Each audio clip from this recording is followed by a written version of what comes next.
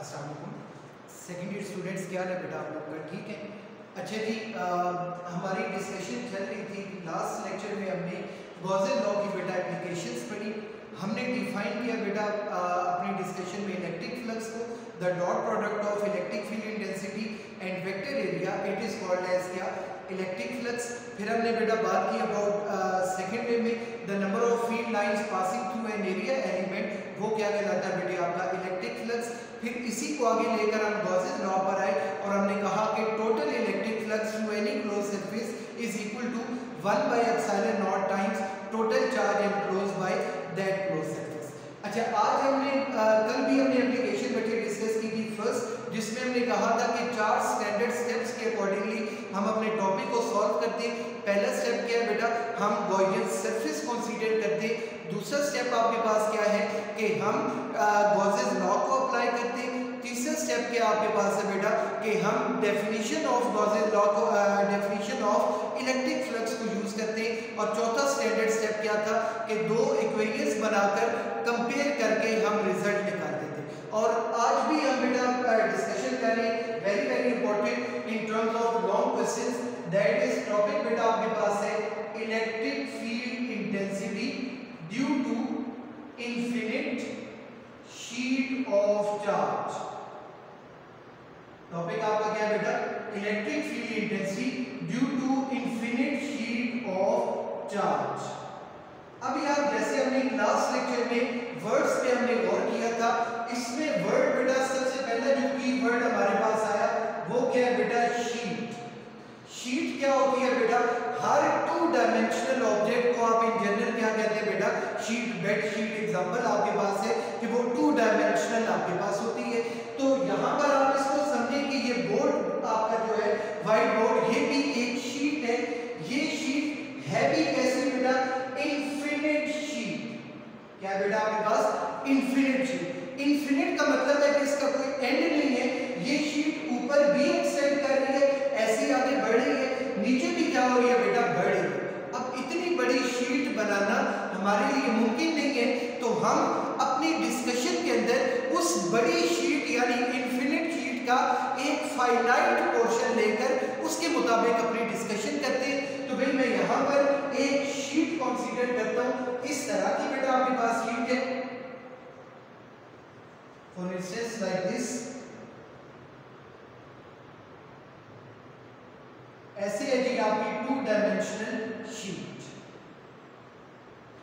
अच्छा, ये शीट आपके पास है 2 डायमेंशनल ऑब्जेक्ट है। फर्दर मोर आप बेटा कहते हो कि ये शीट आपके पास है भी क्या? ये अकेली शीट नहीं है, बल्कि इस पर क्या मौजूद है बेटा? चार्ज मौजूद है। लेट अस सपोज दैट इस शीट पर क्या है बेटा? Positive charge. क्या मौजूद है बेटा? आपका पॉजिटिव चार्ज आपका इस शीट के ऊपर एग्जिस्ट आपके पास करता है। तो हमने क्या करना है बेटा? इस शीट की वजह से इलेक्ट्रिक फील्ड इंटेंसिटी निकालनी है। फॉर एग्जांपल इसका शीट पर जो टोटल चार्ज है वो CQ के बराबर आपके पास है। अच्छा, अब आप मजीद बेटा कहते हैं कि ये इनफिनिट शीट का फाइनाइट पोर्शन लेकर आपने पॉइंट P पर क्या करना है बेटा? इलेक्ट्रिक फील्ड इंटेंसिटी की वैल्यू निकालनी है। अच्छा, अब जरा देखिए बेटा, टॉपिक को जब आपने लिखना है तो सबसे पहले आप गॉसेस लॉ की स्टेटमेंट बेटा देंगे। इसके बाद आप क्या करेंगे बेटा? इसकी मैथमेटिकल फॉर्म लिखेंगे। मैथमेटिकल फॉर्म आपने पढ़ी हुई कि phi E किसके बराबर होता है बेटा? 1 by epsilon naught into Q। ठीक है जी, 1 by epsilon naught into Q। ये क्या है बेटा आपके पास? उसकी मैथमेटिकल फॉर्म। फिर इसके बाद आप क्या करेंगे बेटा? इसकी एक्सप्लेनेशन लिखेंगे और एक्सप्लेनेशन में डेफिनेटली आप यही बातें एक्सप्लेन करेंगे कि let us suppose that we have an infinite sheet or a 2 dimensional surface. That surface on that surface positive charge is uniformly distributed. As we can't draw infinite sheet on a finite paper, that's why we take a finite portion of the sheet and then we will discuss further. And then आप कहेंगे कि we have to determine electric field intensity due to infinite sheet of charge at point P. ये तो जनाब हमारे क्या आ गए? पहला स्टेप आपके पास क्या? सॉरी, आपकी एक्सप्लेनेशन है। अब हम चलते हैं बेटा इसके स्टेप नंबर 1 पर। स्टेप 1 बेटा आपने क्या पढ़ा हुआ? Consider Gaussian surface. यही हमने कल भी किया था, आज भी यही करने। Consider Gaussian surface. Gaussian surface को हमने बेटा डिफाइन किया हुआ ऐसी इमेजिनरी क्लोज सरफेस जिसको गॉसियन लॉ अप्लाई करने के लिए हम इस्तेमाल करते हैं। That surface is called as क्या? गॉसियन सरफेस आप कहते हैं। अच्छा, अब गॉसियन सरफेस की शेप कैसी होती है? आपने पढ़ा हुआ बेटा कि गॉसियन सरफेस की शेप आर्बिट्रेरी होती है। ऐसी शेप जिसकी मदद से कैलकुलेशन आसान हो जाए, उस तरह की शेप को हम क्या कहते हैं बेटा? Gaussian surface. इस एप्लीकेशन में इलेक्ट्रिक फील्ड इंटेंसिटी को निकालने के लिए हम जो शेप ले रहे हैं इन फॉर्म ऑफ सिलेंडर। किस फॉर्म में ले रहे हैं? आपके पास सिलेंडर। ऐसी समझ लें कि बोर्ड मार्कर की टाइप की शेप आपके पास है और ये शेप आपके पास एक सिलेंड्रिकल शेप है। इस शेप के 3 हिस्से हैं। एक आपके पास क्या है बेटा? एंड फेस 1, ये हिस्सा। एक आपके पास क्या है बेटा? And face 2। और एक आपके पास क्या है बेटा? इसकी कर्व्ड सरफेस। तो आप एक आप क्या लेते हैं बेटा? सिलेंडर लेते हैं जो कि आपके पास गॉसियन सरफेस है। और दूसरी बात कि ये गॉसियन सरफेस जरूरी है कि उस पॉइंट में से गुजरे जहां से पे हमने क्या करना है? डिटरमिन करना है क्या?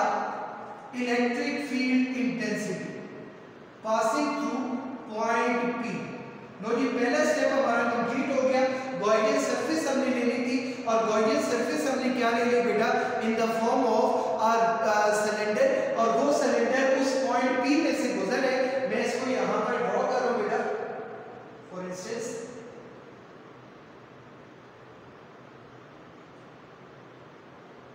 ऐसे बेटा आपके पास क्या है कि ये वो सिलेंडर है जो उस पॉइंट P में से गुजर है और शीट के अंदर से भी गुजर है। मैं इसको थोड़ा सा इंडिकेट करता हूं बेटा कुछ इस फॉर्म में। लेट अस सपोज आप इसको कंसीडर करें। For example this one is a sheet और इस शीट पर फॉर एग्जांपल पॉजिटिव चार्ज है। मैं यहां पर बेटा पॉजिटिव चार्ज बना देता हूं। ऑब्जर्व कीजिएगा, ये है जी इसके ऊपर ऐसे पॉजिटिव चार्ज।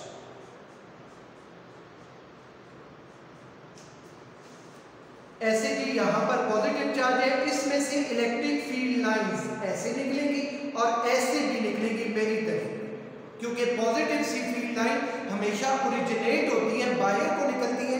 तो इस साइड पर भी निकलेंगी और इस साइड पर भी बाहर को निकलेंगी। आप क्या करते हैं बेटा? इसके अंदर ऐसे आपने सिलेंडर लिया जो कि इस गॉसियन सरफेस से यूं गुजर है और पॉइंट P से भी गुजर है। ये हमारा केस है। इस डायग्राम के अंदर हमने बेटा इस चीज को एलैबोरेट किया। अब मैं थोड़ा सा आगे चलता हूं, स्टेप नंबर 2 पर आता हूं बेटा। स्टेप नंबर 2 जी क्या कह रहा है? स्टेप नंबर 2 हमने पढ़ा हुआ, वो क्या था? हम यूज करते हैं क्या बेटा? Gaussian's law. Step 2 is that using Gaussian law. आप लिखते हैं बेटा using Gaussian law electric flux की वैल्यू बेटा आपके पास बराबर होती है phi E is equal to 1 by epsilon naught into capital Q। यहां तक बात ठीक? अच्छा, अब बेटा आप क्या करते हो जी कि यहां पर इस Q को थोड़ा सा एक और कांस्टेंट की शक्ल में हमने लेकर आने। इस कांस्टेंट को बच्चों आप नाम लेते हैं सरफेस चार्ज डेंसिटी। क्या कहते हैं बेटा? Surface charge density. देखें आपने मैट्रिक में 9th 10th में बेटा डेंसिटी का कॉन्सेप्ट पढ़ा हुआ। Mass per unit volume is called as density. अगर आपसे कहा जाए कि टेम्परेचर की डेंसिटी निकालनी तो क्या होगा? Temperature per unit volume it is called as क्या? Temperature density. अगर प्रेशर की डेंसिटी निकालनी है तो प्रेशर पर यूनिट वॉल्यूम। अच्छा, अगर कोई चीज हो ही 2 डायमेंशनल जिसमें लेंथ और विड्थ हो, जिसका वॉल्यूम हो ही ना, तो फिर तो जाहिर बात है वॉल्यूम पर डिवाइड नहीं करेंगे, बल्कि हम किस पर डिवाइड करेंगे बेटा? एरिया पर डिवाइड करेंगे। तो हम कहते हैं बेटा कि अगर आपके पास आ जाए सरफेस टेम्परेचर डेंसिटी, तो टेम्परेचर ओवर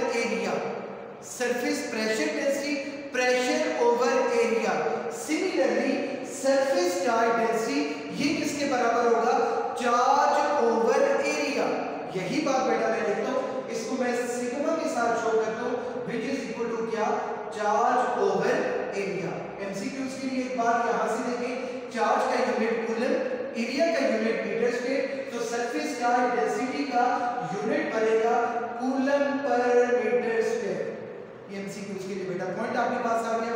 अच्छा, अब आप फर्दर कहते हैं यहाँ से अगर Q की वैल्यू निकाली जाए तो Q बेटा किसके बराबर आएगा, A डिवाइड हो रहा है, इधर आकर मल्टीप्लाई हो गया, Q is equal to sigma A। ये वैल्यू भाई मैं इस इक्वेशन में पुट करता हूँ। रिजल्ट बच्चों आपने मुझे बताना है electric flux will become 1 over epsilon not, Q की जगह क्या आ जाएगा, सिग्मा A, ऐसे ही आएगा। आप इसको लिखते हैं electric flux it is equal to sigma A over epsilon naught. This is say my equation number 1।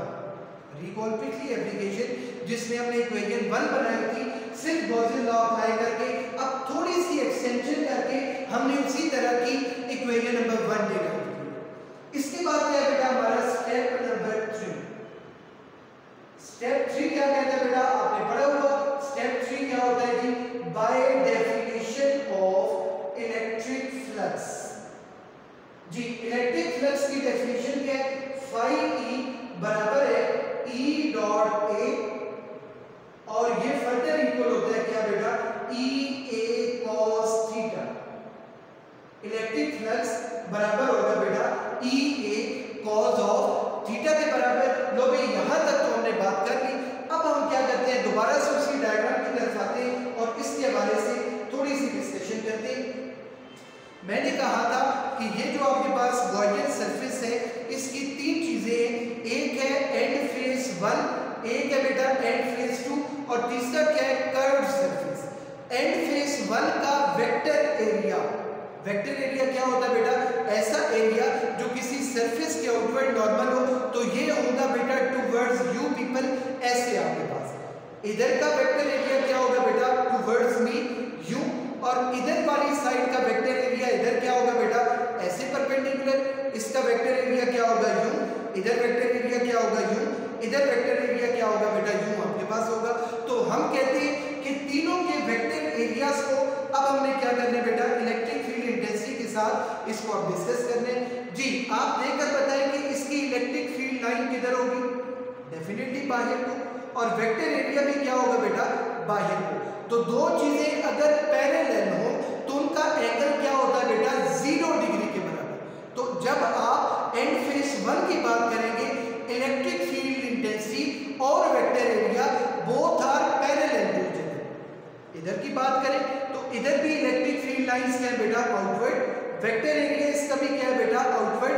तो again they are parallel to each other, और एंगल इनका फिर क्या होगा बेटे आपका 0 डिग्री के बराबर, both are parallel to each other. तो हम कहते हैं कि जो दोनों एंड फेसेस आपके पास है, एंड फेस 1 या एंड फेस 2, दोनों में इलेक्ट्रिक फील्ड लाइंस और vector area both are parallel to each other, तो एंगल दोनों का क्या होगा, 0 के बराबर। तीसरी साइड की बात करते हैं, इलेक्ट्रिक फील्ड लाइन यू है, इसका वेक्टर एरिया है बेटा यू, एंगल क्या बनेगा 90 डिग्री। वेक्टर एरिया है यू, फील्ड लाइन है यू, एंगल क्या बनेगा 90 डिग्री। इधर है फील्ड वेक्टर एरिया, ये है फील्ड लाइन, एंगल क्या है बेटा 90 डिग्री। ये है फील्ड लाइन, ये है वेक्टर एरिया, एंगल अगेन क्या आएगा बेटा 90 डिग्री। मतलब जो कर्व्ड सरफेस आपके पास है इसके हर पॉइंट का एंगल क्या बनता है बेटा 90 डिग्री के बराबर। अब ये बात मैं यहाँ पर लिखकर इसको बेटा सॉल्व आउट कर रहा हूँ। आप कहते हैं जी for end face 1, for end face 1 phi 1 बराबर आएगा बेटा EA cos of 0 degree. Angle कितना हमने कहा था बेटा 0 डिग्री के बराबर, और cos 0 1 होता है, तो फाई 1 किसके बराबर आ गया बेटा EA के बराबर। फिर हम लेते हैं बेटा for end face 2, and face 2 के लिए भी आपके पास क्या रिजल्ट है बेटा, आपके पास सेम, यानी एंड फेस 2 में भी वेक्टर एरिया और field lines both are parallel to each other. It means that phi 2 भी किसकी इक्वल आएगा बेटा EA cos ऑफ 0, और cos 0 1 होने की वजह से इसका रिजल्ट भी क्या आएगा बेटा EA के बराबर। तीसरा हम लेते हैं बेटा फॉर कर्व्ड सरफेस। हाँ जी, कर्व्ड सरफेस पर आपने कहा था कि आपके पास फील्ड लाइंस और vector area both are perpendicular to each other. अगर परपेंडिकुलर है तो एंगल बच्चों किसके बराबर बनेगा, theta is equal to 90 degree. Theta की जगह हम क्या पुट करेंगे बेटा 90, और cos 90 0 होने की वजह से phi 3 क्या आ जाएगा बेटा आपका 0 के बराबर है। अब टोटल फ्लक्स निकालने के लिए तीनों फ्लक्सेस को क्या किया जाएगा बेटा एडअप किया जाएगा, implies that phi e is equal to phi 1 plus phi 2 plus phi 3, mean to say EA plus EA plus 0। सो जनाब इलेक्ट्रिक फ्लक्स बाय डेफिनेशन किसकी को आ गया बेटा 2EA। This is my equation number 2। जैसे x plus x 2x के बराबर होता है, y plus y 2y के बराबर होता है, ऐसे ही EA plus EA बेटा किसकी को आ जाएगा 2 times EA के बराबर आएगा। ये जनाब हमने इलेक्ट्रिक फ्लक्स निकाल लिया। अब हमारे 3 स्टेप्स कंप्लीट। रिकॉल चौथा स्टेप क्या था, चौथा स्टेप था कंपेयरिंग इक्वेशन 1 एंड 2। ऑब्जर्व करें इक्वेशन 1 की लेफ्ट साइड पर phi e, इक्वेशन 2 की लेफ्ट साइड पर भी phi e। लेफ्ट के बराबर है तो राइट भी क्या आएगा बेटा राइट के बराबर। सो मैं यही बात करते हैं स्टेप 4 कंपेयरिंग इक्वेशंस 1 एंड 2। आप बेटा कंपेयर करते हो इक्वेशंस 1 एंड 2।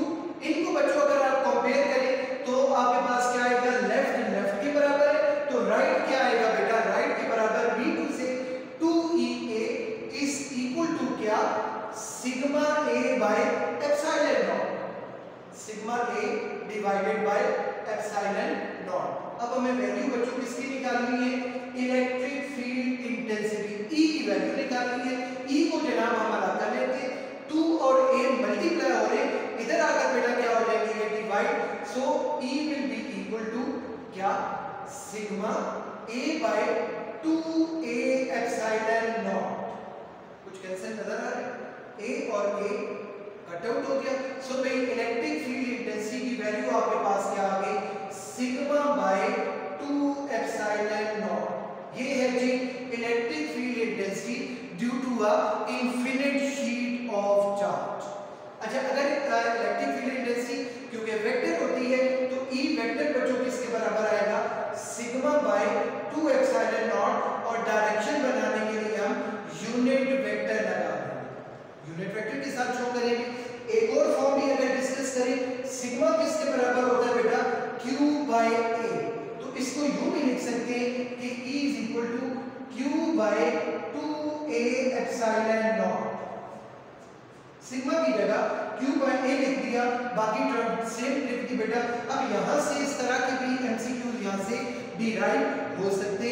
ये है जनाब हमारी overall discussion about the electric field intensity due to infinite sheet of charge. Recall कर लें पहला स्टेप क्या है बेटा गॉसेस लॉ, स्टेटमेंट आएगी, फिर क्या आएगी बेटा इसकी मैथमेटिकल फॉर्म, फिर आएगी इसकी एक्सप्लेनेशन और उसके साथ डायग्राम बनेगी, फिर आपके पास आएगा डेरिवेशन। डेरिवेशन में step 1 step 2 step 3 and step 4 और वो आपके पास क्या आ जाएगा रिजल्ट आ जाएगा। ये था जी आज का लेसन। इस पे ये बड़ा इंपॉर्टेंट है बेटा electric field intensity due to infinite sheet of charge. अक्सर बोर्ड में ये second application as a long आती है। अच्छा एक असाइनमेंट के तौर पर बेटा क्वेश्चन दे रहा हूँ, चेक करके आपने बताना है। अभी हमने कितनी शीट्स ली थी बेटा सिंगल शीट 1 शीट, उसकी वजह से इंटेंसिटी क्या आ गई सिग्मा बाय एप्सिलॉन। अगर 2 शीट्स आ जाए, एक शीट पॉजिटिव एक शीट नेगेटिव, अब इनकी वजह से फील्ड इंटेंसिटी कितनी हो जाएगी, एक की वजह से अगर sigma by epsilon 2 epsilon naught आई है तो 2 शीट्स की वजह से कितनी होनी चाहिए, ये बेटा आपकी होम असाइनमेंट है। कमेंट कर ज़रूर लाजमी इसमें मेंशन कीजिएगा। अगर आपको इस बात के हवाले से आप आंसर करना चाहें तो ज़रूर मेंशन कीजिएगा। Thank you so much. आज का लेसन इतना ही। ज़रूर अपनी आरा से मुतल्ला कीजिएगा, बताइएगा ज़रूर बेटे। थैंक यू जी, थैंक यू सो मच।